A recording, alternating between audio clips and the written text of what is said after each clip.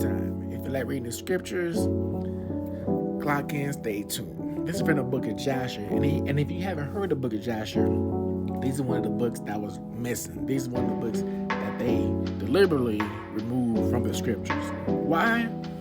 I don't know why. Maybe they were trying to limit people who had the resources, or limit the people who read it, get the knowledge. I don't know why. But anyways, I know plenty of you guys out there, some of you guys out there, heard the story of how, be careful about who you share your dreams to, because when Joseph had a dream how he was going to rule over his brothers, and he told them, and they were jealous of him. Then they ended up putting him in debt, trying to kill him. You all heard that story, right? I heard that story. You all heard that story. But when the book of Jasher, it dives deep into that. It gives you more behind the scenes about what really went down. All right, so there once was a man named Israel. He had 12 boys. You all know them. If you're not, it is what it is. But anyways, during this time, the 11 other brothers was out there putting in work.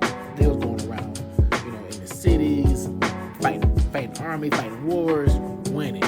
But remind you, it's just these boys that was out there fighting. But they was winning. And they had strength. That they was mighty. They was strong. They could leap like Hulk. I'm not exaggerating. They could leap like Hulk. They could shake buildings. They could cause earthquakes with their voice. It sounds bizarre, but I'm not lying. I'm not kidding. These guys were putting in work.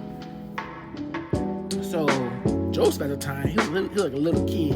I don't know the age, but he was like a little kid at this time. But he saw his brothers was winning and stuff like that. When they come home, he was like, he's old. My brothers is it. My brothers are the men. My brothers, he admired them. But Joseph put himself above them. Even though Joseph didn't face no type of combat, even though Joseph was always at home, he still put himself higher than his brothers. So one day, Joseph and the brothers come home, he's all happy and all like this. But his father, Israel, liked Joseph more than the other sons, because at this time, Israel was very old in age. So Joseph being like the baby of the bunch, he kind of got that, that treatment. But Joseph's sin is that his father liked him more. Joseph started to, tease his brothers, antagonize them. He started to bring back evil reports about what his brothers have done, lying here and there, or insinuating things which didn't take place.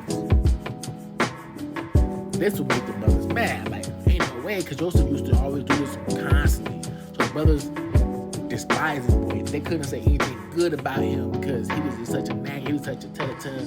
He was just such of a lying kid toward them. So years passed by. Joseph's now 17. He's 17, but he still feels his way like he's above his brothers. He's above his brothers. So then Joseph have a dream. He have a dream that, he tell his brothers, he wake up, he all happy and stuff. Oh my goodness, I had an amazing dream. He be like, what happened? Oh no, what you dream of?